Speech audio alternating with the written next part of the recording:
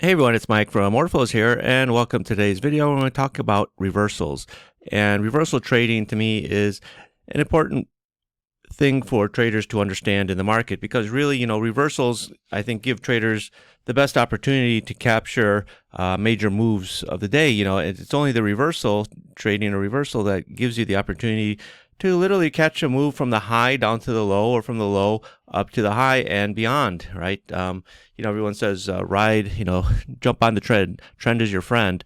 But really, a trend starts at a reversal, all right? And, that's where understanding the order flow, I think, is going to come in handy because, order flow allows you to look, quote, under the hood, right, of the market and see the actual buying and selling pressure taking place, which gives you early clues about potential reversals.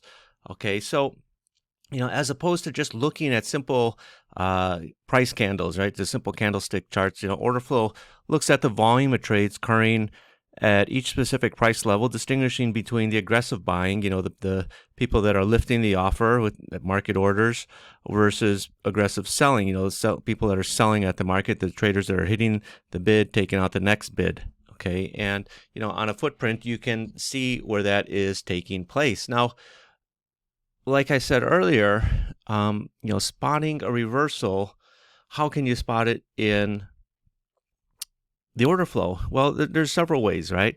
The main one way is decreasing momentum with high volume. So as a trend progresses, say as the market is going up, you see price continue to make new highs, but the volume of aggressive buying needs to push it higher is starting to diminish. Okay, and sometimes you might see a lot of volume trade at the top, but price struggles to further advance. And today, in the Nasdaq was a good example, right? We rallied up. We had nice, healthy buying going into these new highs. This high here, we started to struggle, went sideways, looked like we're about to sell off, made a new high by about 4 or 5 ticks. Some selling pressure came in. Market looked like, again, it was about to sell off. Then we just poked up here, made a new high on healthy volume, 1500 on this high. Back here we had, 500, 700 in these two bars. Earlier we had 1,000 here, when the normal volume is around 400, contracts more or less, that's an average over these bars. And then finally, we started to sell off nicely from this high up here. And actually we sold off all the way down into new lows. All right. So when you start seeing, right, these new highs being made on heavy volume, but price struggles to advance further, this could indicate that buyers who are driving the trend are running out of steam or no longer willing to chase price higher, right? Because what's causing price to go higher is that aggressive buying. People lifting the offer, clearing that offer out, lifting the next offer, clearing that out. Finally, you get all the way up here. You can see this one big order. It looks like just went through here. How do I know it's one order? Is because there's a lot of zeros coming in here. All right. Then, another way you could spot a reversal is maybe there's some absorption taking place, right? And absorption is a key concept in order flow analysis.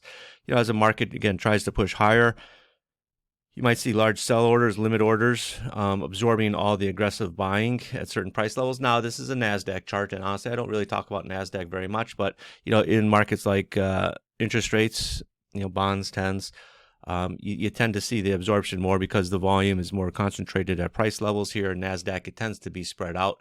So I don't really, for me, it's a little bit harder to see the absorption simply because of the volatility in the market of the Nasdaq, where price has to move a distance in order to run into some what I would consider absorption. Okay, but if this was treasuries, I'd be looking for heavy volumes, sort of up near the high. All right, so once we hit a high, the same would be true if it was a low. If you're looking for the market to rally, but it would just be in the opposite terms. Then you got to look for strong counter moves. Okay, so after the decreasing momentum with high volume, you tend to start seeing signs that the other side of the market is stepping in with conviction. Okay, so so if you hit a high, you might see sharp increase in aggressive selling at or near the highs. Doesn't necessarily have to be right at the high. It often comes in after the high is made, because after you make the high, what you want to see is, traders sort of sit up and say, oh shit, we made a high. This is a good place to sell, right? So it's not going to be as you're making that high. Often it comes in just after the high is made.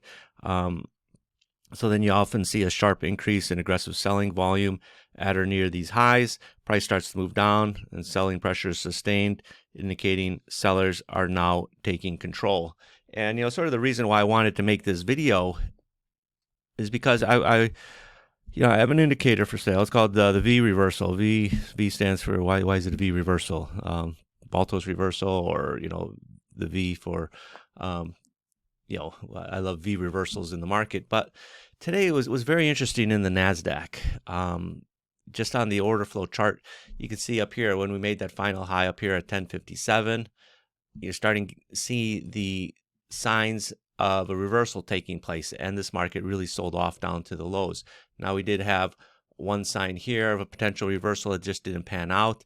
Another one came in here, traded back up into it before you made that final high up here, and then the market sold off. Now, what was interesting is because earlier in the day after the cash opened, we were selling off after the cash opened. Let me just get back here to the cash open.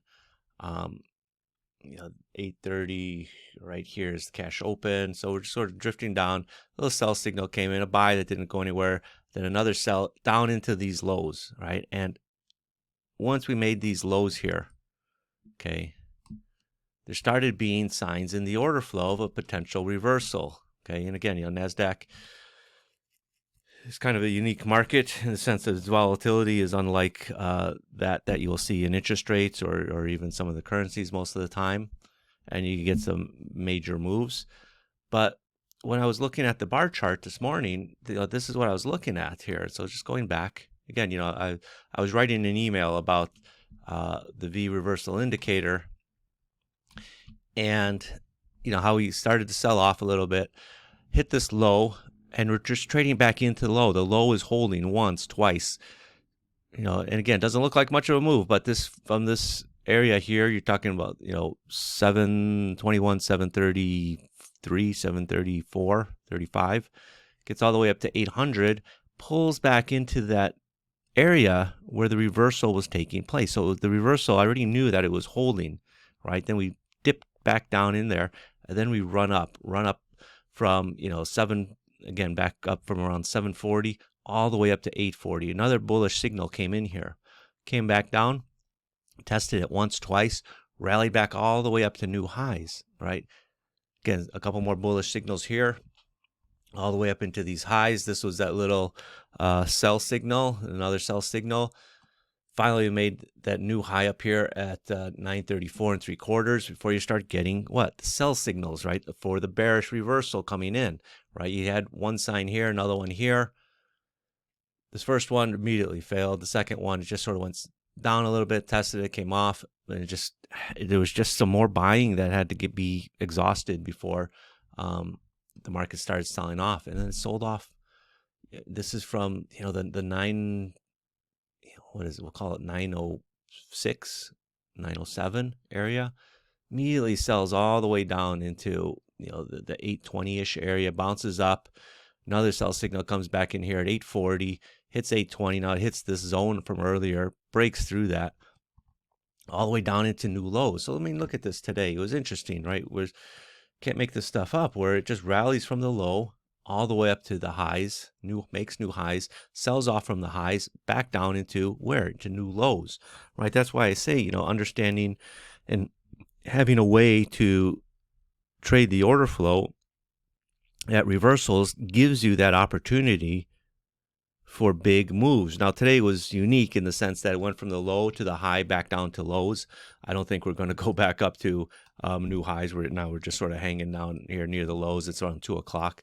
But it went from the low all the way up to the high. And what is that move, right? This move, we're talking, theoretically 740. I'm not saying that you would have bought it on the lows, but when the signals came in here, we're trading around 33, 733, 740, all the way up into the 900s. And then from the 900s back down below 700. It's 300 points up, 300 points down. There's no buy here. people say, well, we give you a sell signal down here at the low. Well, yeah, that's your last one. That's the fifth one here after 1, 2, 3, 4, 5, sixth one here. Then you get the rally, because remember, right, if you're looking to trade a reversal, you need a move to reverse. This is a little bit of a pullback. That's why it's given the signal. But then we rally from 660 basically all the way up to up into the 780s. Then it starts giving more reversal signals coming in here around the 780 area to what? Back down into new lows, down to below 650, 640, 620, gets down here to 06. And again, I'm not saying you cover it down here, but look at that, from 780 down to 680. It's 100 points. We did bounce up a little bit, did give a buy signal, and again, I'm not looking for this move to all of a sudden rally back up to the highs. At some point it's going to sort of peter out. It's about 2 o'clock right now. We're sitting on a couple of sell signals here, but again, I just thought it was kind of interesting. Today in the Nasdaq, E-minis kind of started out kind of similar, although in the E-minis, right off the cash open, right, selling came in, selling 30-point move down, right. Again, these are not shorts you'd take. You should already be short from up here. Again, maybe you're not interested in trading on the cash open, but 10 minutes after, you got a sell signal for 20 points. Then you get a buy signal here. Okay, this buy signal didn't work. It failed. I mean, I wish every signal would be bank, but it's not. Bullish signal here, pulls back into that zone, keeps going. A couple bearish signals, then you get another bullish signal here. Again, it's just sort of working its way up. Then the bearish signals come in here, stopped in here. Another bearish signal coming in around the mid, we'll call it 85, and down in here, all the way down into 65. That's another 20-point move. Some bullish signals coming in here around 12. Again, these look like small moves, but you're talking, 78 all the way up to, almost 88. It's about a 10-point move. And then later around 1 o'clock, another sell signal coming in here, around the 76 area, down into the 50s, back up to sort of where we are right now. So again, it's just interesting. I was starting to write an email for my users about the V reversal indicator, and just really quick, this is using in the settings the quick trade setting, okay, because this is a short time frame. It's a 30-second chart, and I like to use the quick trade setting on those markets.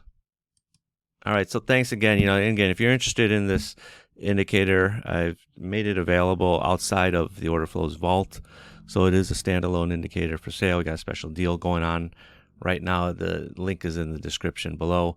But again, I really just wanted to make this video because I was writing the long email out, and every time I look at the chart, it was just giving me something more to write about, and I just thought it'd be easier for me to create a video on it. So thanks again, everyone, and I'll see you guys later. Bye-bye.